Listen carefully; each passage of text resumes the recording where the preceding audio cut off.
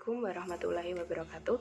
Perkenalkan, nama saya Ardini Afifah dengan NIM 215211181 dari kelas MBS 1C.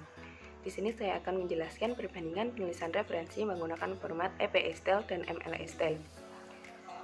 EPA atau American Psychological Association Style digunakan dalam ilmu sosial seperti psikologi, sosiologi, keperawatan, kriminologi, pekerjaan sosial, bisnis, dan pendidikan.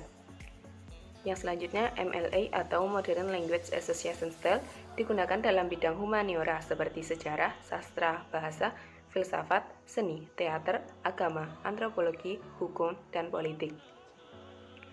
Yang pertama, EPA atau American Psychological Association Style. Berikut ini adalah cara menuliskan pada beberapa jenis sumber dengan EPA Style yang dituliskan George Fox Memorial Library, Lincoln University tahun 2011. A.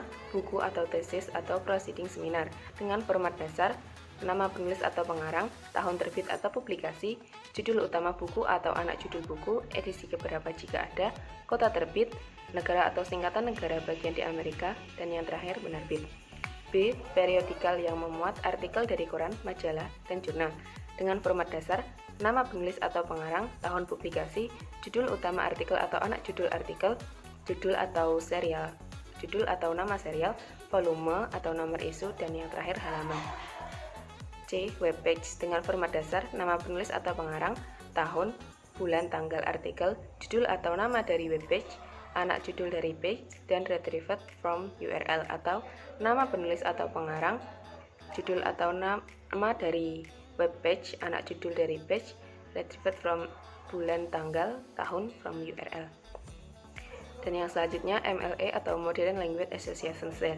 Berikut ini adalah cara menuliskan pada beberapa jenis sumber dengan MLA Style yang dituliskan Killam Library, Dalhousie University tahun 2009, dan Library Durham College and Voight tahun 2011.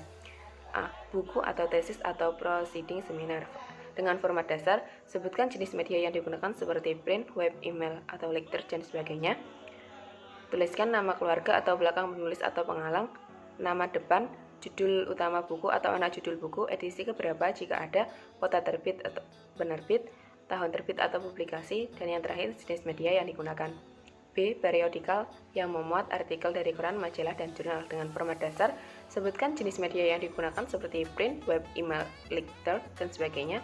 Tuliskan nama keluarga atau belakang penulis atau pengarang, nama depan atau judul artikel, nama koran atau jurnal atau majalah, volume isu atau tahun, halaman atau page, dan yang terakhir jenis media yang digunakan. C. Webpage dengan format dasar, sebutkan jenis media yang digunakan seperti print, web, email, lecture, dan sebagainya. Nama keluarga atau belakang penulis atau pengarang, nama depan atau judul artikel, nama depan, judul artikel, nama website, penerbit atau NP jika tidak ada penerbit, tanggal atau tahun publikasi atau ND jika tidak ada tanggal, web atau jenis media, dan yang terakhir tanggal akses. Selanjutnya, perbandingan antara gaya penulisan EPA dan MLA menurut judulnya. EPA dicetak miring dan hanya kata yang diperlukan yang ditulis kapital, sedangkan MLA pada judulnya digarisbawahi dan kata utama ditulis dengan huruf kapital. Menurut halaman sumbernya, EPA berjudul sebagai referensi, sedangkan MLA berjudul sebagai karya yang dikutip. Menurut nama penulisnya, EPA nama belakang penulis yang digunakan, sedangkan MLA nama lengkap penulis yang digunakan. Menurut kutipan dalam teks, EPA kutipan dalam teks berisi nama penulis dan tahun publikasi, sedangkan kutipan dalam teks MLA berisi nama penulis dan nomor halaman. Penggunaan koma dalam EPA, koma digunakan dalam kutipan teks, sedangkan penggunaan koma dalam MLA tidak digunakan dalam kutipan teks. Terima kasih, sekian yang dapat saya sampaikan. Apabila ada kurangnya saya mohon maaf. Wassalamualaikum warahmatullahi wabarakatuh.